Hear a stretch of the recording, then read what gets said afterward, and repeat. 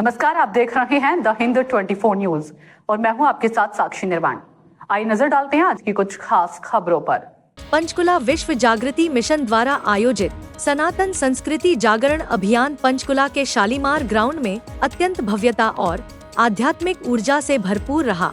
इस 4 दिवसीय आयोजन के अंतर्गत मिशन की 5वीं गुरुकुल परियोजना का लोकार्पण किया गया, जो पंजाब में प्रस्तावित है। यह गुरुकुल भारत में संस्कार, शिक्षा और सेवा के त्रिवेणी संगम के रूप में विकसित होगा। इससे पूर्व विश्व जागृति मिशन द्वारा नागपुर, कानपुर और दिल्ली में 3 गुरुकुल स्थापित किए जा चुके हैं, जबकि 4 थे। गुरुकुल का कोलकाता में अनावरण हो चुका है। अब पंजाब में प्रस्तावित यह 5वां गुरुकुल मॉडल शिक्षा संस्कार यात्रा का नया अध्याय लिखेगा और यकीनन ही मिशन द्वारा लिए गए 10 गुरुकुलों की स्थापना के संकल्प के लिए मील का पत्थर साबित होगा। कार्यक्रम के दौरान मिशन द्वारा संचालित संस्कार केंद्रों की प्रगति पर भी प्रकाश डाला गया। विश्व जागृति मिशन का संकल्प देश भर में 108 संस्कार केंद्रों की स्थापना का है, जिनमें से 32 केंद्र सक्रिय हो चुके हैं और शेष केंद्रों की स्थापना का कार्य तीव्रता से जारी है। इन केंद्रों के माध्यम से बच्चों को संस्कार नर्सरी का लाभ दिया जा रहा है, जहां अनुशासन, कृतज्ञता, संस्कार और राष्ट्रभाव का बीजारोपण किया जा रहा है। आप सभी का बहुत बहुत अभिनंदन और स्वागत। थोड़ा सा विलंब मुझे हुआ है क्योंकि मंत्रियों के चक्कर में आप लोग जानते ही हैं, वो खुद लेट होते हैं, दूसरों को करते हैं, पर फिर भी आप लोगों के बीच में दौड़ते भागते हम लोग पहुंच गए। तो सबसे पहले मैं आप सबको जानकारी देना चाहूँगा, हमारा विश्व जागृति मिशन पूरे देश में 88 शाखाओं के साथ कार्य कर रहा है और इस मिशन के अंतर्गत हम लोग अनाथालय चलाते हैं, गुरुकुल चलाते हैं। गुरुकुल के साथ में हम लोगों के ज्ञानदीप विद्यालय फरीदाबाद में है, जिसमें 1000 वो बच्चे पढ़ते हैं जो बच्चे कूड़ा करकट बीनने वाले, यहाँ तक के भीख मांगने वाले बच्चे भी रहे। वे बच्चे भी हैं जो पहले कभी जेब तक काट लेते थे, उन बच्चों को पढ़ा भी रहे हम लोग। स्किल डेवलपमेंट कोर्स भी कराते हैं।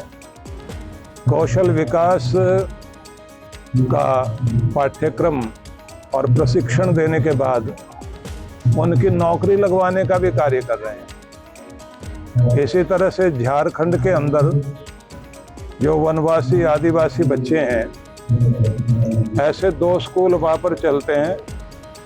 लगभग 600 बच्चे वहाँ पर भी पढ़ रहे हैं। 2 हॉस्पिटल हमारे समाज सेवा में समर्पित हैं। 10 गौशालाएं भारत भर में काम कर रही हैं और इसी के साथ में हमने वानप्रस्थ आश्रम बनाए हैं।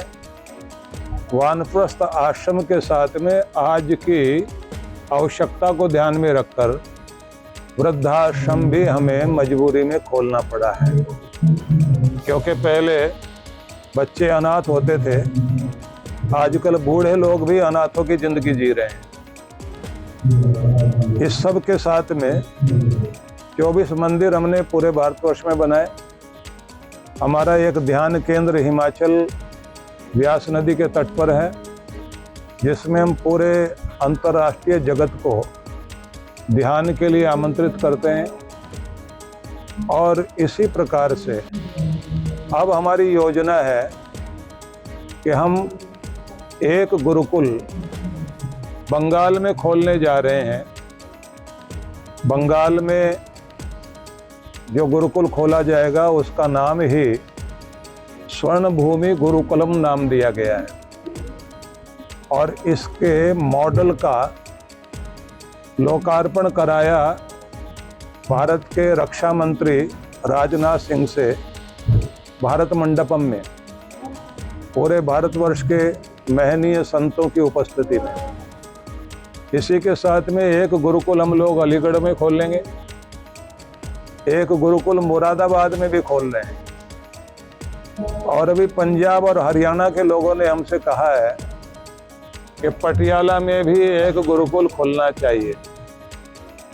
तो वो भी हम लोग उसके लिए भी कार्य करेंगे।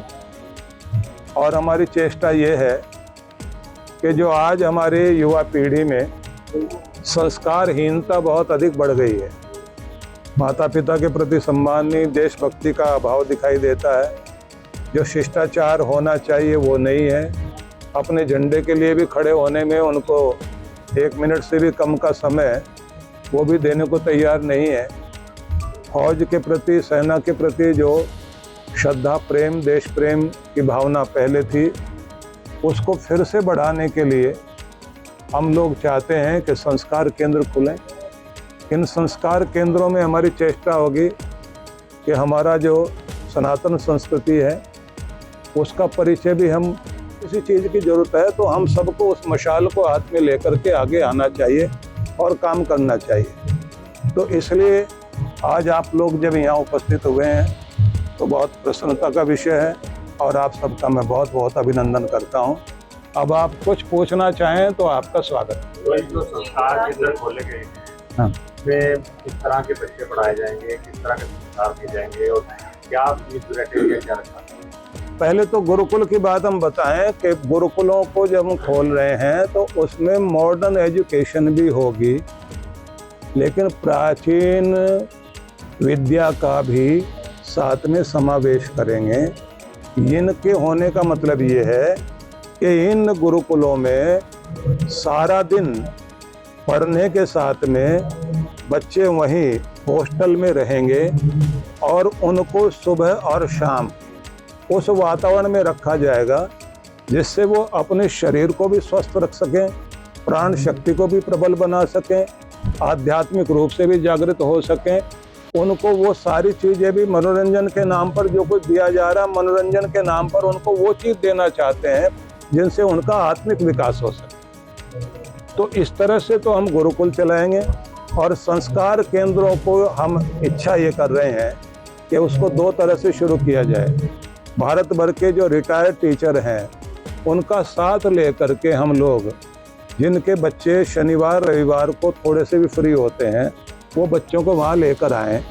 उनको अच्छे ढंग से हम ये सिखाना चाहेंगे घर में उन्हें कैसे एक लड़का अपनी बहन की, अपने परिवार में महिलाओं की इज्जत कैसे कर सकता है, बड़ों के सामने कैसे खड़ा हो सकता है, क्या बोलना चाहिए, क्या नहीं बोलना चाहिए, किनके साथ बैठना चाहिए, किनके साथ नहीं बैठना चाहिए।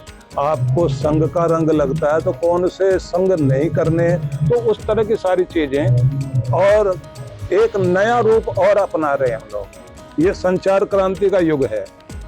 हम संचार क्रांति के माध्यम से भी संस्कार क्रांति करेंगे जिससे दूर तक ये आवाज पहुंच सके।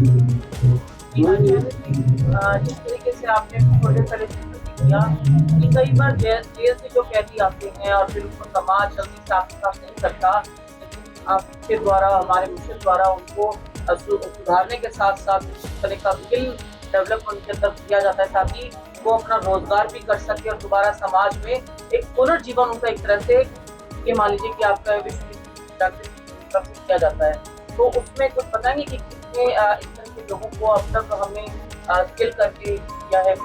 देखिए, जो बच्चे इस समय कूड़ा कचरा बीनने वाले और उस तरह के वातावरण में रह रहे हैं, उनमें से जितने भी हमारे यहाँ पढ़े 90% को नौकरी मिल गई।